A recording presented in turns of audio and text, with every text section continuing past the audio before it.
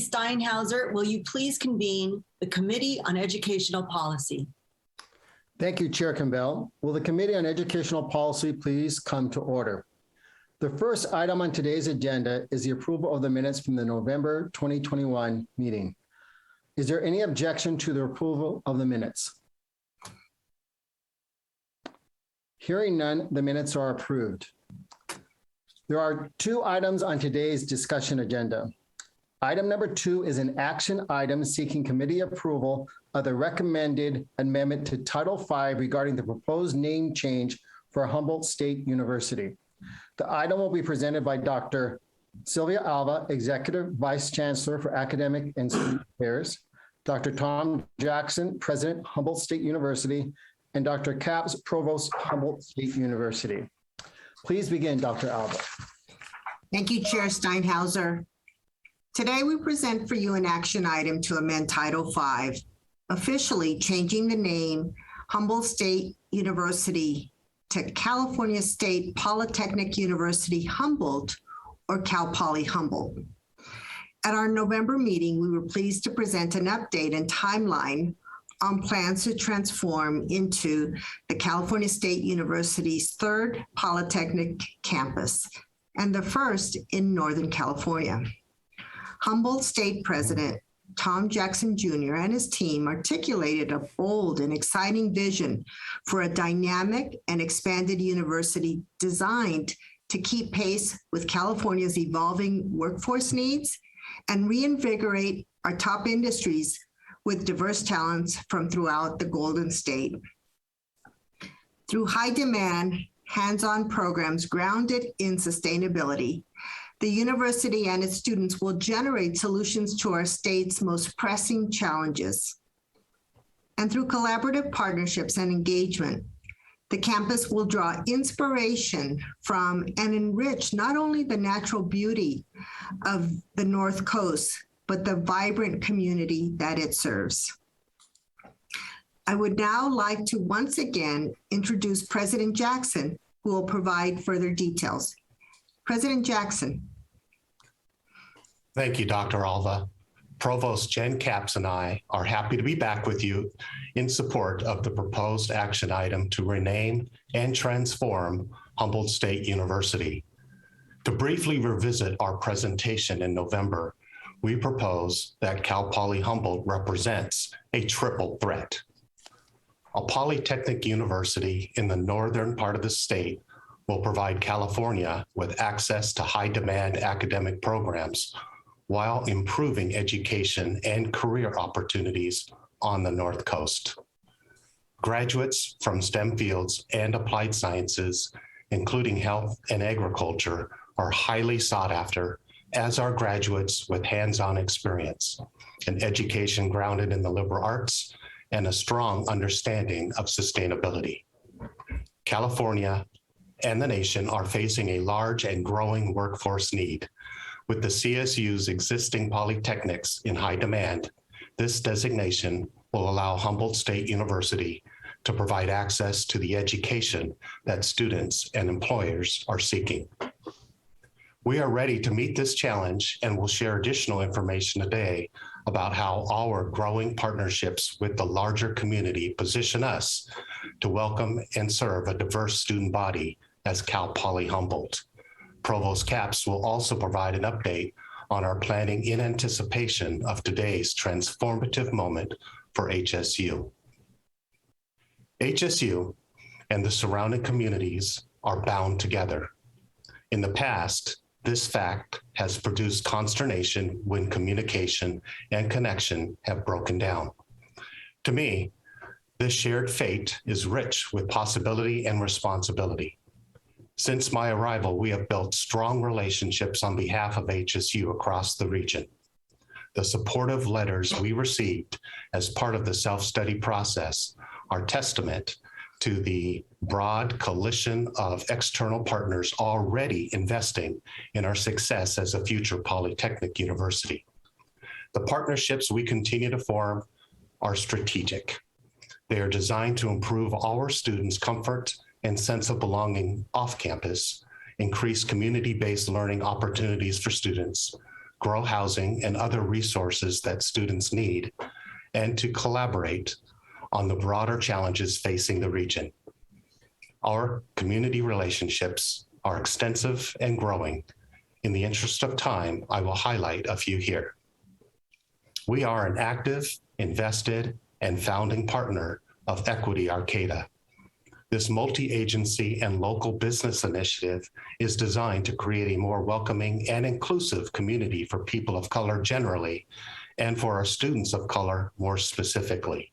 For example, Equity Arcata includes Home Away from Home working group of Arcata citizens providing to our students each semester a welcoming meal, the opportunity to form relationships with community members, and the much needed personal item.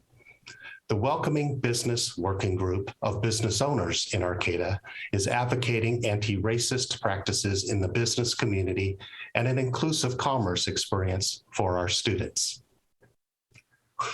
We also work closely with Arcata Main Street, part of our engagement with the Arcata Chamber on welcoming events for our students.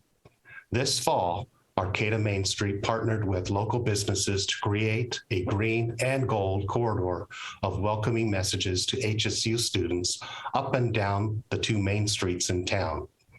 We are collaborating with private partners to grow safe and affordable off-campus housing, and now have a physical presence through student-serving facilities in both Arcata and Eureka.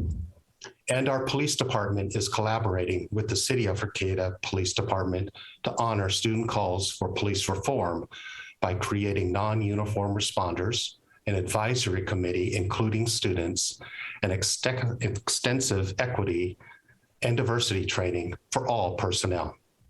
Teaching and learning at HSU also extends into our larger community. Our strengthening partnerships with tribal nations open doors to unparalleled community-based learning, and we are grateful for their significant contributions to the relevance of our developing curricula. We continue through our Center for Community-Based Learning and the acclaimed Youth Educational Services Program to offer extensive internship and service learning across the region. As we prepare for your support of our Polytechnic transformation, we are growing new sustainability-related partnerships with industries like the Humboldt Wind Energy Project and Nordic Aqua Farms. Our industry partners are excited to work closely with our students and to encourage them to consider careers in the area. We are also known for our community-engaged and place-based scholarship. Our faculty research and creative activities are often in partnership with the tribal nation, a local school district, industry, and other regional entities.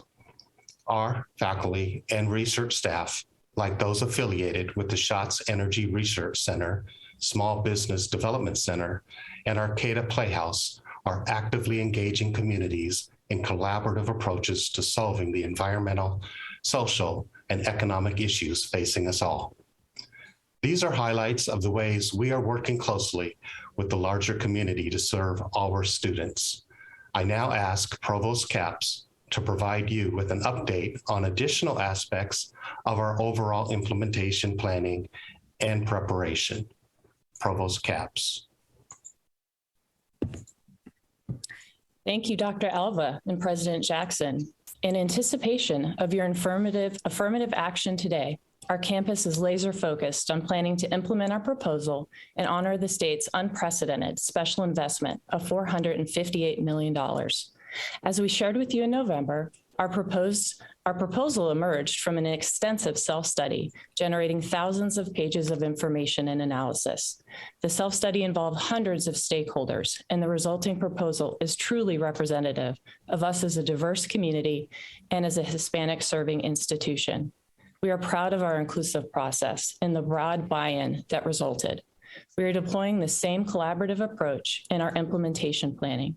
We have formed 7 working groups of hundreds of subject matter experts and stakeholder representatives.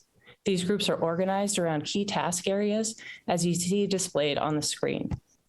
Our working groups are breathing life into our new academic program proposals, planning for a groundbreaking integration of traditional ecological knowledge and the liberal arts, and developing inclusive and responsive curricula. Our colleagues are strategizing the recruitment of a diverse faculty body, preparing to grow our student services, expanding housing in our teaching and learning facilities, and organizing our outreach, communication, and university identity work. We are aligning this plan with the deployment of the funds allocated to us in support of this transformation. The funding to HSU is directly supporting our infrastructure growth, academic degree program growth and viability, student success programming and services, including housing, student recruitment, and rebrand and promotion of the institution. As we allocate funding in our planning process, we are focused on impact and accountability. Assessment and continuous improvement are woven into our implementation planning. In this spirit, we are learning a great deal as we go and are evolving. We will continue to refine our processes to best meet our commitments to the CSU and the state of California. One of our most important commitments is enrollment growth. The factors driving our enrollment challenges include significant low levels of A through G completion among a shrinking high school graduate population in the region. Through K-12 partnerships, we are part of the solution in our region, while we continue to reach prospective students from across the state. Humboldt State University has articulated a clear path forward to meet and exceed California State University's funded target through our updated enrollment management plan. In addition to the use of new outreach technologies, K-12 partnerships, significantly strengthening our relationships with regional community colleges, and improving all aspects of the student experience, we anticipate additional growth through our proposed polytechnic status and the associated new programs. We are targeting a doubling of enrollment growth within 7 years. It's important to note that even before designation, our interventions are already improving our enrollment picture. Our fall 2021 enrollment outperformed our planned expectations by 3%. Our enrollment rebound appears to be occurring a year faster than anticipated. We have higher enrollment projected for fall 2022, aligning with the anticipated growth reflected in our planning targets in the prospectus. We are excited to report that fall 2022 applications are up over last year. With your support, we're excited to accelerate expanded access to programs that attract California's college students, grow the economy of the North Coast, and meet the workforce needs of our state. President Jackson. Humboldt State University is boldly rising to this moment. We ask on behalf of the people of the North Coast and our great state of California that you designate Humboldt State University as Cal Poly Humboldt. Thank you. Dr. Alva. Thank you, President Jackson. If approved today, the name change to California State Polytechnic University Humboldt signals the exciting progress ahead. Cal Poly Humboldt is poised to close equity gaps, diversify and enrich California's workforce, and provide access and opportunity to generations of students from the North Coast and beyond. We'll continue to share updates as the transformation moves forward. President Jackson, Provost Jen Capps, and I would be happy to answer questions at this time. Thank you, Dr. Alva, Dr. Jackson, and Dr. Capps for your presentation. Because this item involves amending the provision of Title V of the California Code of Regulations, these proceedings are deemed to be a public hearing under these provisions of the California Education Code. During the 45-day notice for this action item, any written comments received have been provided to trustees and will be incorporated into the official record. All comments from public speakers related to this Title V item that were received during the public comment period at the beginning of this board meeting are incorporated here and will be part of the official record. The public hearing is now closed. The recommended amendment to Title V regarding the proposed name change for Humboldt State University is an action item before the Committee on the Educational Policy. Only committee members may vote at this time. Before we proceed to any questions and/or discussion, may I ask for a preliminary motion to approve these changes? Trustees on the committee, please be sure to unmute your audio and please identify yourself if you speak. Is there a motion? Linda Fong, so moved. Jane Carney, I'm so moved. Okay, I have a motion and a second. Second. Second. Okay. Now I'm sure we have questions. We have a motion and a second. The hearing, may we have a question? So Trustee Carney, I see your hand up. Yes, I just want to congratulate Humboldt State on the excellent work that it's doing on this. It will be my pleasure to support this motion. And I think this is just one of the most exciting things happening in the CSU, and that's saying something because there are many exciting things happening in this university. So congratulations, President Jackson. Thank you, Trustee Carney. Trustee Rains? Hello, President Jackson. And I first wanted to say thank you so much for the presentation. I have my Humboldt State hat on. I know Maria also has, Trustee Linares also has her Humboldt hat on.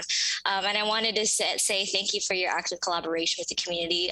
We visited this past December, and I know there's currently a watch party for this. So hi, Humboldt County, Arcata and Eureka and the surrounding community. I'm so happy to say that during my time there, I was so impressed with the campus, the students, the faculty and staff. There's really this unique symbiotic relationship between the activism and passion of the students already there and the mentorship and the vision of the faculty.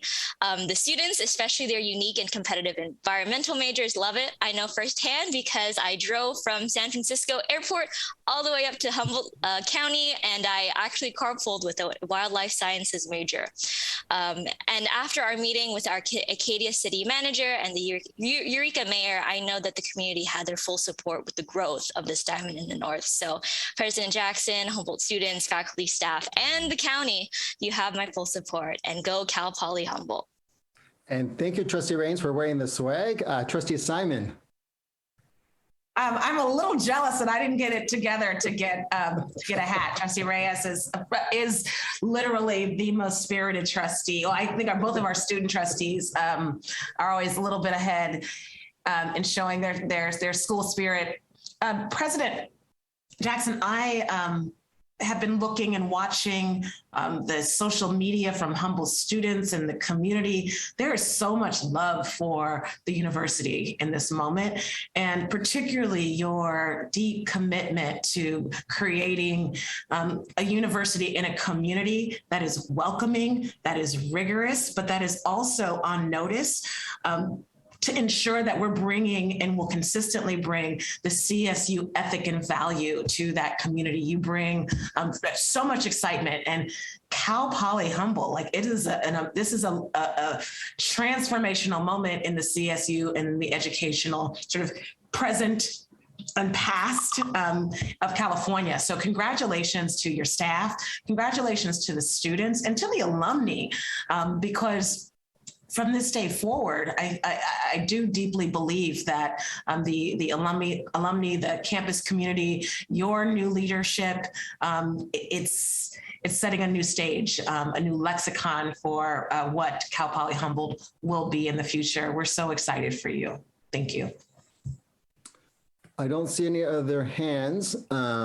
Chair Kimball, is that correct? Do you see any other hands? I do not. Okay, thank you. And thank you to my colleagues for your great remarks. This is a very, very exciting time for Humboldt and for our entire system. There has been a motion and a second for the approval of this amendment. Hearing no further comments or questions, we will now vote on the item. Mrs. Matthews, please take a roll call vote. As a reminder, only members of the Committee on Educational Policy may vote at this time.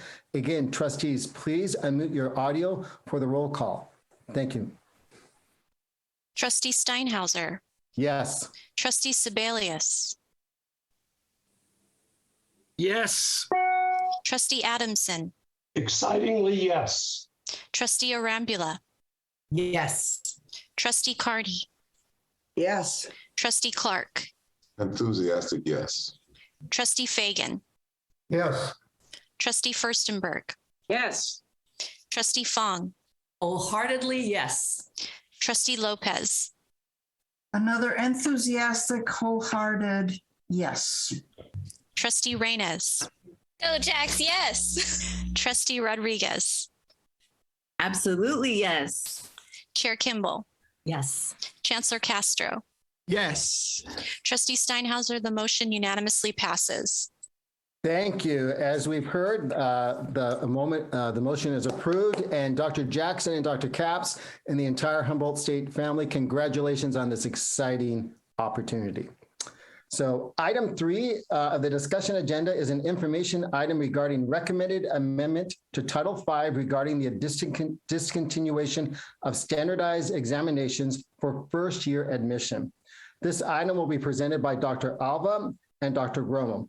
Please begin, Dr. Alva. Thank you, Chair Steinhauser. As test preparation and testing opportunities were curtailed during the pandemic, the California State University made the decision to temporarily suspend the use of the SAT and ACT exams in determining eligibility for CSU undergraduate admission. This suspension was extended through the 2020-23 academic year. At the same time, the CSU's Admission Advisory Council has considered permanently discontinuing the use of standardized test scores as part of CSU undergraduate admissions criteria. This would impact both CSU minimum eligibility and campus impaction criteria. Over the past 2 years, the group's work has included engagement and discussions with the California State Student Association, Academic Senate of the California State University, the University of California, and the California Department of Education. As the group has analyzed and considered both national research and CSU admissions data to assess impacts on equity and access. Culminating this comprehensive process, the council has delivered its recommendation to Chancellor Castro that the CSU permanently discontinue the use of standardized test scores in undergraduate admissions and transition to the multi-factor admissions strategy temporarily in use today. Such a step would require amendments to Title V. We present this proposal to you today as an information item with plans to present an action item in March. Joining me to present details and to address any questions you may have on this topic is Dr. April Gromo, the Assistant Vice Chancellor for Enrollment Management Services. April. Thank you, Dr. Alva. Over the last 18 months, Academic and Student Affairs has presented to this board the many ways we are working to support student success against the backdrop of a global health pandemic. Our Chancellor's Office and campus enrollment management teams were also called upon to pivot during the pandemic, ensuring eligible students would not be unduly hindered in their academic journey to the CSU. Our efforts included campuses providing application and financial aid support through online workshops and one-on-one virtual appointments, expanding help hours, and leveraging technology such as chatbots to provide real-time assistance.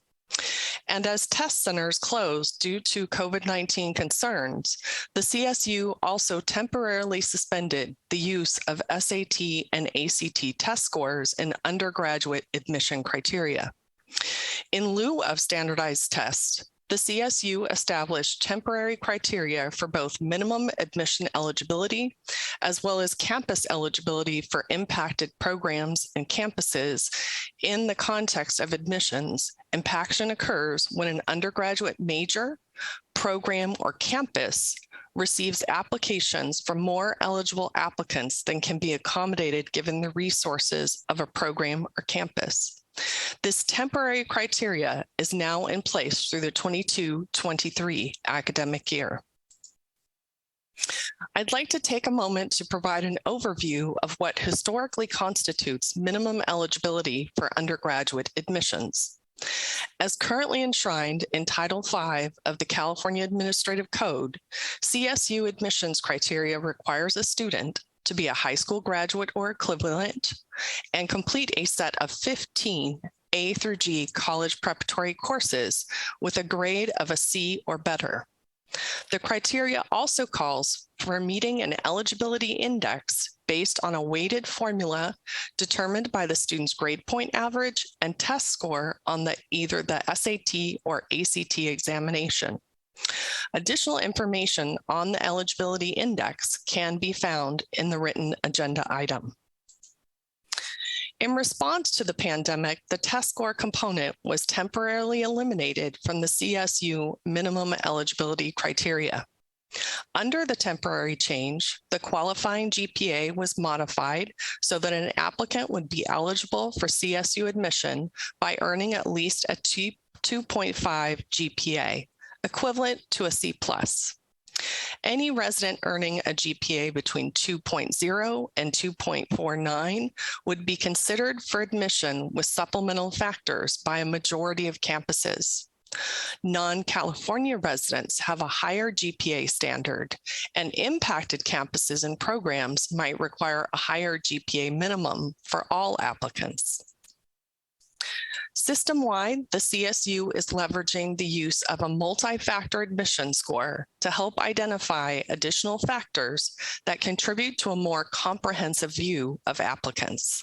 Of these additional factors, A through G GPA and academic preparation are among the most heavily weighted variables across the campuses. On the screen are some of the most common factors, and a complete list is included in the written agenda item. I should note that not all factors are used by campuses. For example, one campus might choose to include, in addition to the A through G GPA, a student's status as a veteran or foster youth and extracurricular activities, such as membership in the National Honor Society or the Boy Scouts or Girl Scouts of America. Another campus might provide greater weight for students who graduated from a high school with a high percentage of students qualifying for free and reduced lunch, or applicants who are first in their families to attend college. As we continue to evolve our admission standards, we do so with a focus on equity and increased awareness of the new data on standardized test scores. For example, the CSU's Institutional Research and Analyses Department studied the incoming fall 2018 first-year student cohort. The department's findings confirm that neither the revised SAT or the Smarter Balanced Assessment, or SBAC test, added any additional predictive value over high school GPA for first-year outcomes. Additional information on these findings can be found in the written agenda item. The Admissions Advisory Council is responsible for reviewing CSU admission criteria and has been evaluating the role of standardized testing well before the pandemic. The council is comprised of CSU faculty, administrators, campus enrollment leaders, and student representatives. To expand its perspective on this matter, the council invited ad hoc members, including the chair of the CSU Statewide Academic Senate, the president of the California State Student Association, and a representative from the California Department of Education. When considering its recommendation, the council balanced the long tradition of standardized test scores in higher education with concerns regarding the undue stress these tests place on students and families. It also considered research that points to disparate outcomes of test results based on socioeconomic backgrounds. Finally, it took into account Graduation Initiative 2025 and the CSU's renewed commitment to eliminate student equity gaps. As a result, the council has recommended the permanent discontinuation of the use of standardized test scores in CSU admission. Submitted test scores by admitted students only would be considered for the purpose of student placement in math or English courses. However, CSU admissions would be test blind or test free. Should the board approve this as an action item at the March 22 board meeting, the council will then finalize recommendations on CSU admission eligibility and present it to Chancellor Castro for his review and approval. We anticipate these recommendations will acknowledge the value of utilizing additional factors in the calculation of a CSU minimum eligibility to provide a more well-rounded and consistent admission evaluation. If approved by the board, the transition to a test-free admission policy will require multiple amendments to Title V. The complete range of edits are provided in the written agenda item and would include the change in definition of the eligibility index in section 40601, which would remove reference to the SAT and ACT, revisions in sections 40751 and 40801 to reflect updates to numbering sections, removal of section 40752, which requires an applicant for admission as a first-year student to submit either an SAT or ACT score, and revision in section 40802 regarding the requirement for some undergraduate transfer applicants to submit an SAT or ACT score. Speaking on behalf of the Admissions Advisory Council, we believe the discontinuation of the use of the SAT and ACT test scores in CSU undergraduate admissions is necessary to better meet the needs of the next generation of CSU students. I will now turn back to Dr. Alva for her concluding comments. Thank you, April. The recommendation presented to you today reflects the California State University's core values and extends our ongoing efforts to close equity gaps and expand access and opportunities for all California students. This recommendation will provide our campuses with a more comprehensive view of applicants from all backgrounds and zip codes, and the multi-layered factors that truly demonstrate their skills, determination, and potential for college success. With your approval in March, our goal will be to organize the remaining eligibility factors into clear, concise, equitable categories for admissions eligibility across our system that can easily be understood by prospective students, families, and K-12 educators. At this time, Dr. Gromo, Dr. Nathan Evans, and I are available to answer any questions that you may have. Thank you, Dr. Alva and Dr. Gromo, for your presentation on this very, very important information item. I see that we have some trustees with some questions. So first we'll go with Trustee McRoy and then Trustee Reyes. Trustee McRoy. It's a great report, and obviously a lot of work has gone into this, and the recommendation reflects a movement across the country in terms of these tests. I read this morning in the paper that the SAT has now been restructured. I think they're reducing the time from 3 hours to 2 hours and changing the content. Does that have any influence or impact on the recommendation? No, it does not. As I understand it, what they have done is move towards a digital form of administering the test, but the test really remains the same. Okay. And in the admissions process, how do you treat kids coming out, applicants coming out of different high schools? I mean, all high schools are not at the same level in terms of the quality of education. How do you deal with that subjectivity of, here's a kid somebody coming out with a 3.5 out of some high school is highly ranked, and somebody's coming with a 4.0 out of a high school that's lowly ranked. I mean, I'm just trying to figure out how you deal with that disparate stuff. So I'd like to ask Dr. Gromo to speak to the role of service areas and commitment to region that is an important part of these admissions criteria. Thank you, Dr. Alva. So first, the current admissions eligibility index as it stands in Title V does not take any of that into account. The way that we do take that into account is through our local admission areas. So for impacted campuses and programs, they have a local admission area and they provide priority to students that are local. In the proposal that the Admissions Advisory Council is currently working through for the new CSU Admissions Eligibility Index, we would not only take into account the local admissions area, but also what we're calling school context. So as we indicated during the presentation, right now, some campuses are taking into account as one of the portions of their multi-factor admission score, the percentage of students that have free and reduced lunch at that high school, which is at this point 66% or more. If a student is coming from one of those high schools, they could receive additional points in the multi-factor admission score. Okay. Thank you. Okay, we have 8 trustees that want to comment correct right now. So first we'll go to Trustee Reyes and then Trustee Fong. Thank you, Chair. Thank you, Dr. Alva and Dr. Gromo, for this wonderful presentation and all the work you've done to come up to this presentation. I wanted to say that I also attended the CSSA meeting this weekend with Trustee Linares, and we were just listening to any concerns or support that the students have. At CSSA, while they haven't taken an official stance yet, it's currently a discussion item.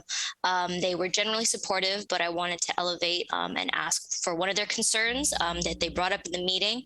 Are you two able to talk a little bit about impaction and if reducing this barrier would mean that we would have to possibly deny more students? Are our campuses ready to take a possible influx of students because of this policy? Thank you. Great question. And I'll ask Dr. Gromo to answer that question, given that she was present at that conversation that you're alluding to. Thank you. Thank you, Dr. Alva. There's several factors that go into the discussion about CSU enrollment and admission. At this current point in time, for the past several years, the CSU has admitted almost 93% of the students that have applied to the CSU for admission. Although the test score, taking away the test scores may increase that a little bit, we also have the projected planned within the governor's compact and the state budget planned enrollment growth. So this will allow us to work with campuses that have high demand to increase their FTE and enrollment growth so that we can ensure that we are providing students access. Thank you, Dr. Gromo. I think this is a step in the right direction, so thank you. Thank you, Trustee Reyes. Trustee Fong. Thank you very much, Chair Steinhauser. And also thank you, Dr. Alva and Gromo, for this excellent presentation, and also the written materials, which is so clear and concise and really explained the situation so well. One thing that I also want to thank the Admission Advisory Council for the work that they have done. In the recommendations, it does talk about how the Admission Advisory Council will provide recommendations to the Chancellor. And I was wondering when that would happen if this is approved by the board in the March meeting. Thank you for your question. This presentation is a direct result of the recommendation that came from the Admissions Council. They formally recommended that we discontinue the use of the standardized test scores. And that's what brings us to this conversation. There's been a lot of deliberations and analysis given to our thoughts about how to move here. What I think the report makes reference to is, given the opportunity now to move towards a multi-factor admissions model, being clear about sort of what will be the minimum eligibility and consistent in how we communicate to parents, to students, to our school district stakeholders, what our revised policy will be. So I think there's an opportunity to think very carefully, strategically, equitably about our messages and how we are going to communicate the change if adopted in March. That's exactly what I was asking. I'm sorry that I wasn't clear on what I was asking. It was about the admission eligibility factors and being very clear and concise in how we communicate that to the families, the parents, the counselors, the high schools, and just to, again, streamline our admission process as much as possible. Thank you. Thank you, Trustee Fong. Trustee Fagan.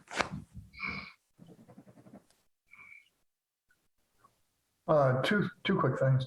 One, am I right in believing this has a minimal impact on finances? It won't cost anything or have big savings?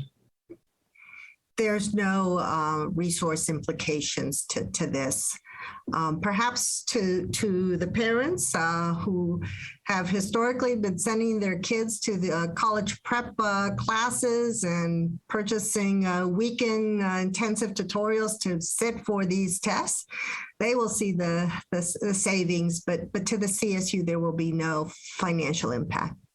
My second question, actually, I'd like to hear from the representative of the statewide academic senate that is hopefully on this Zoom call about their position and what they think of this. Can we do that?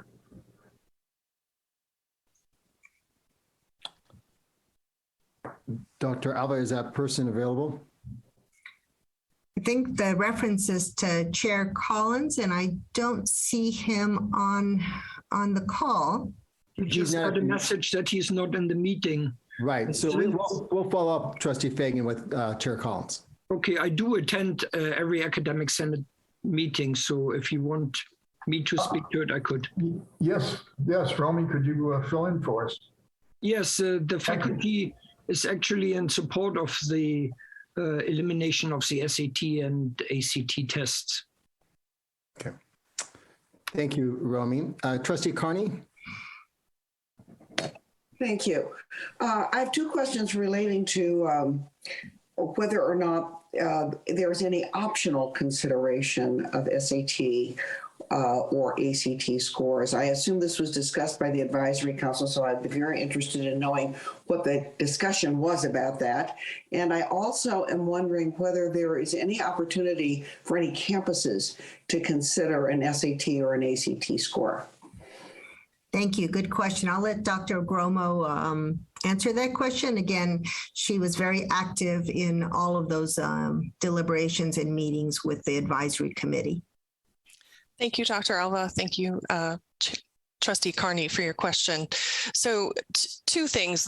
There's both local discussion and national research that an optional test basically sends mixed messages to students. And so you really end up in a situation where students feel that they need to take an SAT or ACT in order to get some advantage within the admissions process. So that is why we did not go that route. As far as campus ability to use the test, the answer would be no. From an admissions perspective, the CSU would be test-free for their admissions decisions. As indicated in the presentation, if a student did take the test, that could be used as one of the multiple measures that we use for academic preparation placement, which would be in the English and math courses as incoming freshmen. Thank you. So just one follow-up question. So I always thought of the SATs and the ACT test scores as an opportunity for a student who, didn't pay that much attention in high school to demonstrate that he or she was, or they were college ready anyway. So now the pathway for that would be community college. Well, campuses also have the ability to make admissions exceptions. So for example, within the Title V, each campus has an allocation of general exceptions and disadvantage exceptions. So if a campus had, for example, a student who had applied for EOP, that the campus felt the student had the ability to be successful in their academic career, but did not meet the CSU minimum eligibility, then the campus could admit them as an admission exception and make sure that the proper supports are in place for that student. Thank you. Thank you. Trustee Rodriguez. Hello. I just wanted to thank EVC Alba and ACV. Gromo, thank you so much for the work that you all have done on this and the council. This is an extensive body of work to be able to come to a conclusion that we are reducing barriers and increasing access for students. This is my story. And so this is very personal to me. I went to a small rural school that did not have the student success support that they should have for their high school students. So I missed the deadlines. I didn't get to take those tests. I had to go to a community college prior to going to the CSU. But how wonderful would it have been for me to be able to go directly? I had a 4.0 GPA, but did not have that support to guide me. And my parents didn't have that information to help guide me also. So as someone who navigated the college system by myself and know that I share that story with so many students, I thank you. And I thank you for saying that we are going to increase pathways for all students. This was brave, and I'm glad that we did it. Thank you, Trustee Sebelius. Okay, I just received several messages from faculty members. Rob Collins was not invited to the meeting. Oh. So because we have rearranged the agenda that the reports come on the first day, I hope that we continue to invite the key stakeholder representatives, the chair of the Academic Senate, the alumni president, and the CSSA president, also to our subsequent meeting, because this is very helpful in a situation like this when they're being called upon. Right. My faculty members have wrote me that we have not formalized it yet with a resolution, but the recommendation will come out that the faculty will be in support of the elimination of the SAT and ACT. I was simply replying to the sentiment among the Academic Senate leaders that I sensed when these topics came up. I have three issues to address. Number one, I am concerned about the reduced GPA to enter the CSU. It used to be 3.0, but during the pandemic, we have reduced it to 2.5. And also students with a GPA range from 2.0 to 2.49 can gain access to the CSU given other circumstances. Now, we did this during the pandemic. Is it the intention to roll back eventually to a 3.0 GPA with the flexibility for students with a GPA between 2.5 and 2.99? I at least would like to see that. I do not want to erode our claim to excellence. Number two, the term first generation student is a very useful term to express a lived experience. Our Chancellor Castro often mentions that he's first generation to college, so am I, and probably many among you. But if we make this a factor in determining admission, then it has to be clearly defined. And I wonder how it is clearly defined. For instance, I mean, is it based on the parents' college experience or the lack thereof?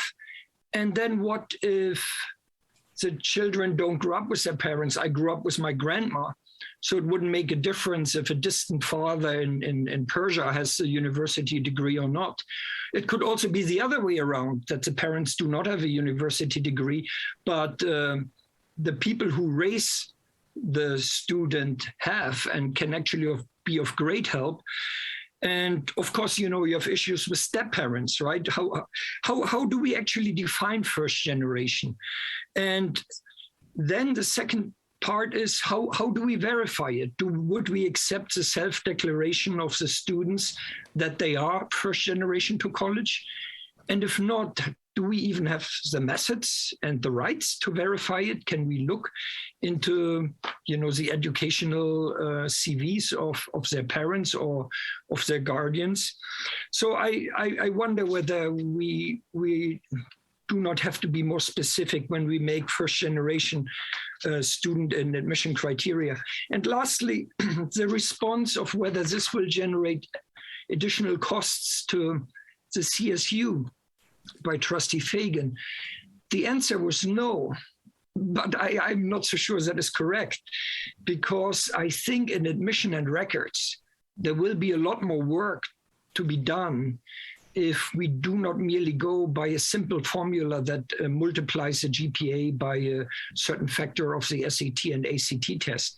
I mean, we want to offer up to 21 additional factors for admission, and somebody will have to verify all those for all of our applicants, or at least the applicants that are somewhat in a buffer zone where we are not certain that they get straight out accepted by virtue of their GPA. So I imagine that there will be an extra cost, at least in admission and records. So I'd like to start by responding and framing your question and then ask Dr. Gromo to elaborate. I think at the basis of your question is a comparison between how we previously admitted students when we had the use of the SAT and the ACT and the move that we had to adopt during the pandemic. And I think it's important to understand, sort of as was stated earlier, that if a student had a stronger GPA, the admissions offices did not consider ACT, SAT scores. It was only for those students who had lower GPAs to see if there was sort of a counterbalancing between, say, a low GPA and a high standardized test scores that could give us a broader indication of whether that person was really ready for college, but their GPA was just not a good read of their potential.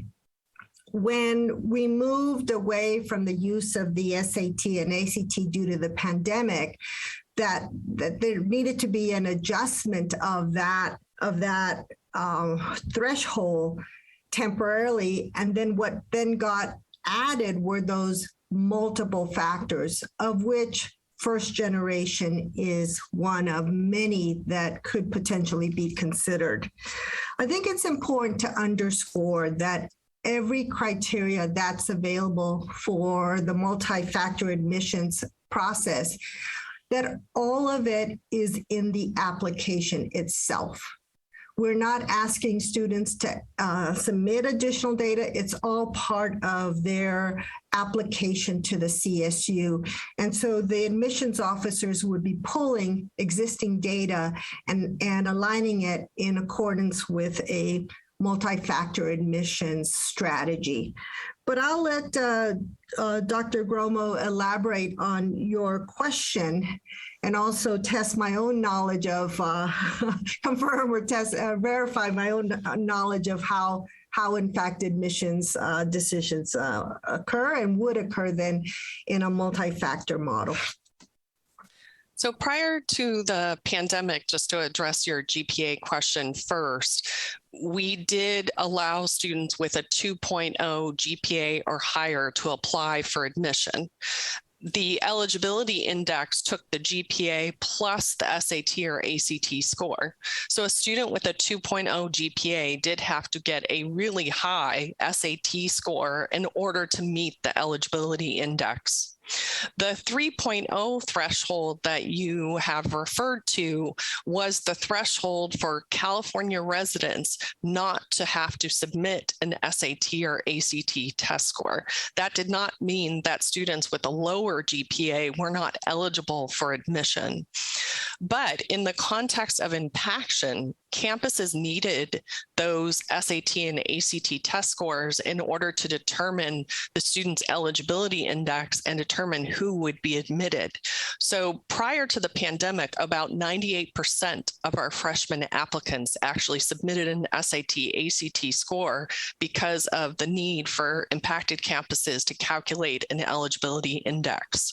So students could, between a 2.0 and a 4.5 GPA, apply for admission at the CSU prior to the pandemic, and depending on the eligibility index, would be eligible for CSU admission. As far as your question regarding first generation, the students are asked for first generation status, and it's based on their parent or guardian. So it's not a definition of, we know that students live with different families, guardians, and so that is really the question. Part of the discussions at the Admissions Advisory Council is better defining what a first generation student means. In some of our discussions, we've talked about that would be a student who would be first in their generation to actually graduate from college. So their immediate parent or guardian were not college graduates, but maybe themselves or maybe as an older or younger sibling they would be considered first generation. So that's still something that would be better defined by the Admissions Advisory Council. As far as verification goes, we have had discussions with other universities on how they verify different information.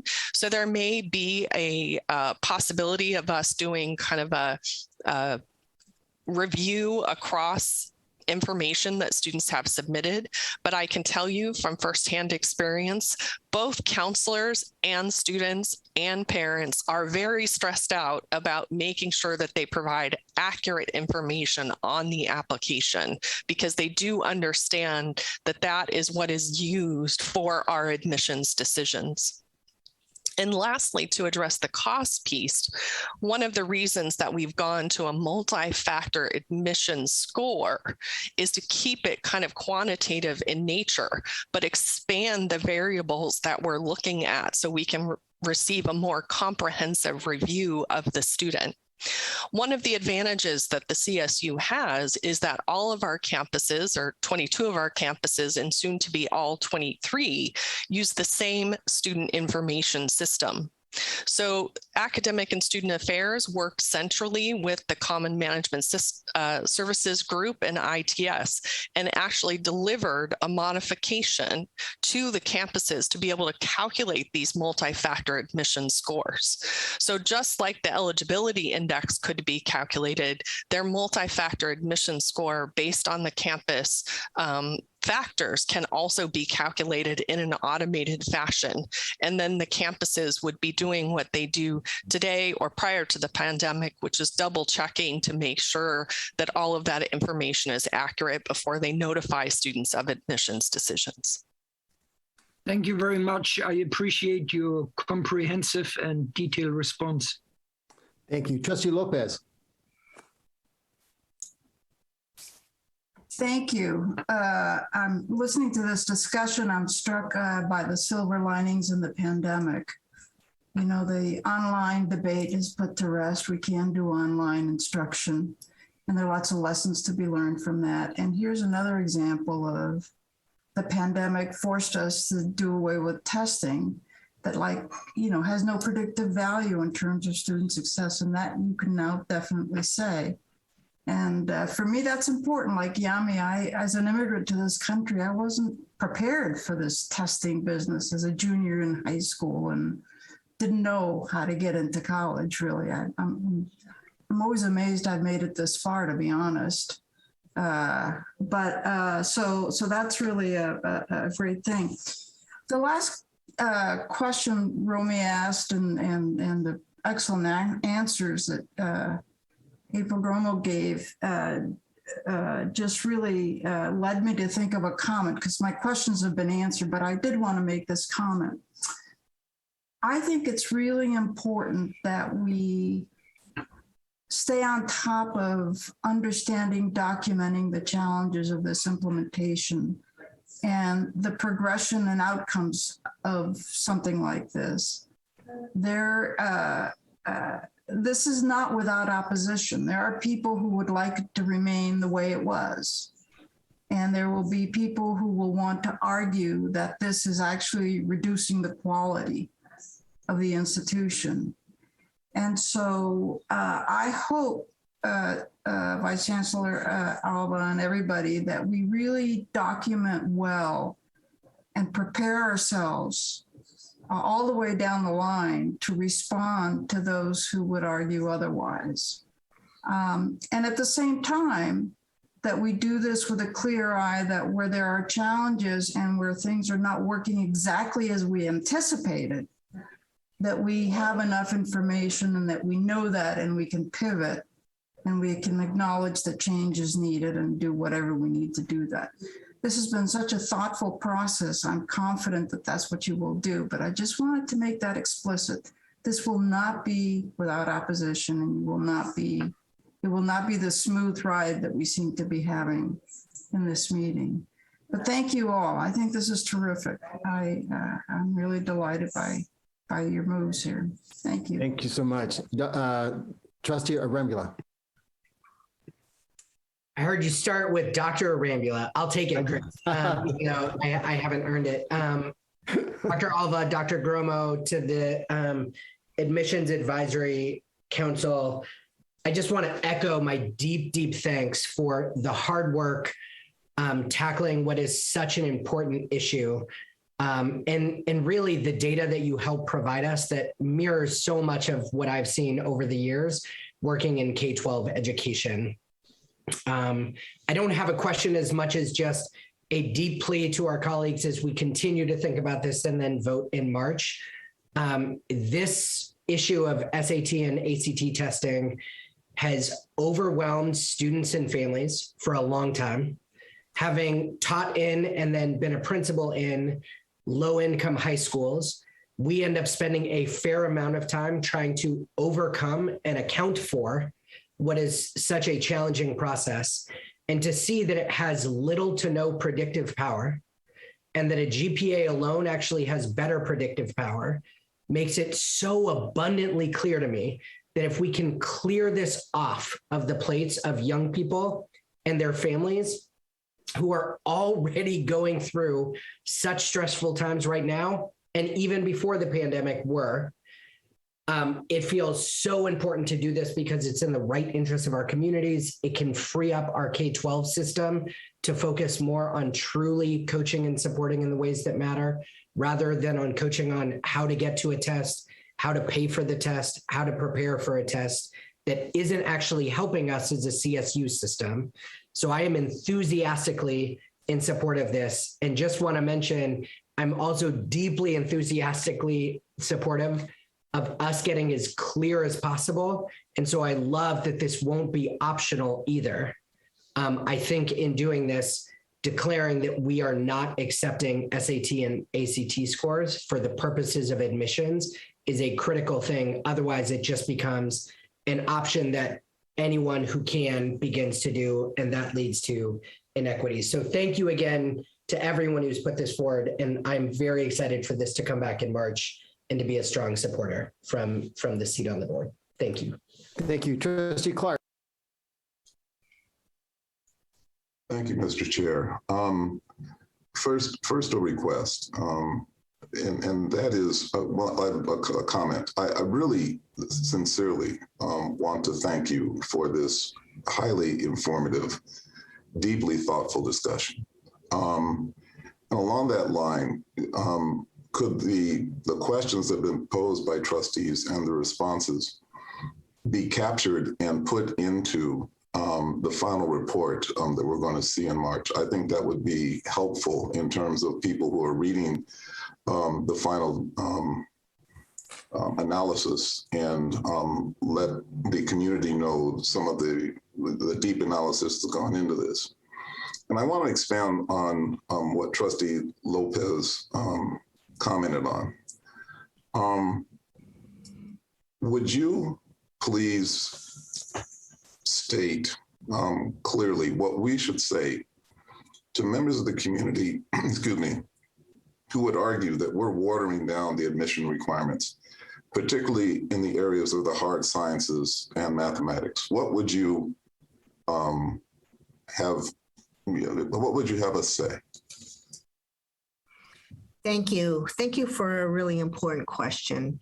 And I would argue that what we're saying is that taking a rigorous pattern of coursework, what we refer to as A through G, and doing well in those courses is the best predictor of preparing for and doing well in college.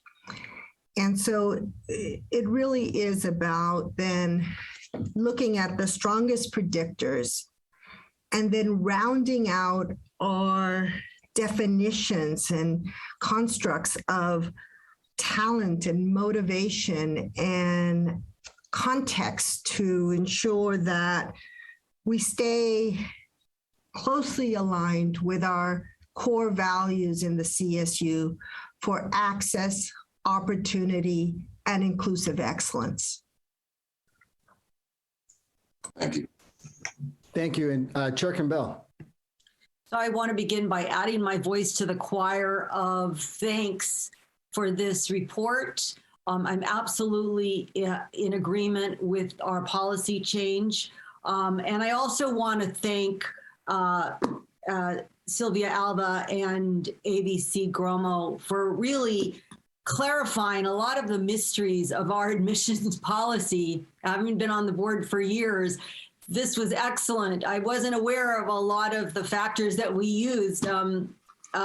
We probably should have gotten this before, and I always had mystery. Where did the SAT fit in?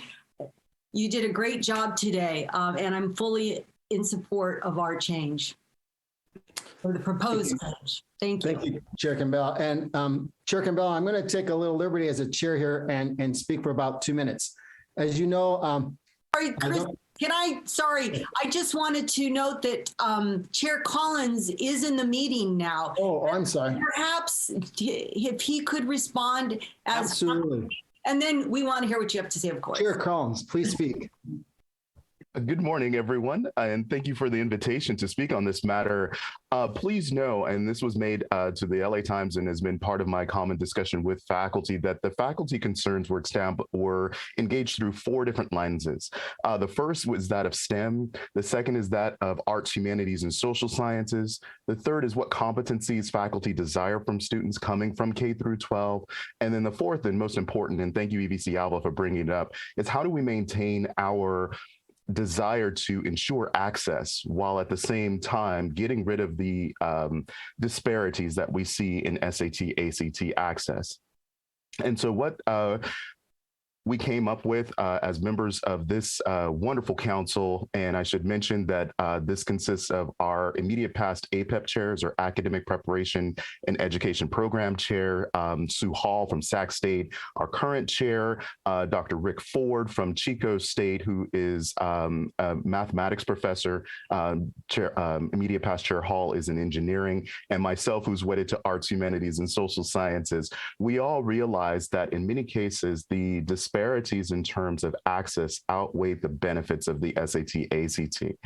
For me, I was also concerned with writing because when I took the SAT, writing was not a component, but now there is a component for assessing writing competency. And since we've done away with the remediation, the question before us was really, would our students be college ready? And would we be able to maintain a definition of college readiness that would ensure their success in our system? And what we came up with was yes. If we used the K through 12 predictors, we could encourage, greater dialogue with K through 12, greater communication between the K through 12 faculty and the CSU faculty in terms of what our expectations are and how we can enable our peers to prepare students for that. But then also what we could do in our classrooms. Could we bring them up to college readiness? And the answer to that is CSU faculty, we always like a challenge. The answer was yes. And so after rigorous discussion, and I say rigorous, as ABC Gromo knows, this was something we all came to consensus on and something we're prepared to engage in for the benefit of the students of the state of California. So I hope that answers your question, and I'm happy to provide a written response to some of the other comments related to faculty concern for you all before your next meeting. Thank you, Chair Collins, and thank you always for giving such articulate comments. We greatly respect you so much. So yeah, and with all transparency, as an educator for 39 years and as a superintendent for 18, I used the SAT. I was one of those mean superintendents that required all 8th graders through 12th graders to take the PSAT and all 11th graders and 12th graders to take the SAT.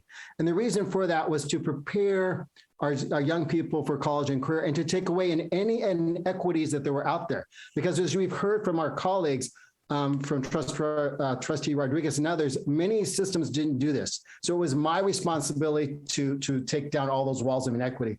And I'm proud to say that 77% of the youngsters in Long Beach went on to college. And of our African Americans, 86% graduated on time in 4 years, with 72% going to college, much higher than the nation and much higher than the state.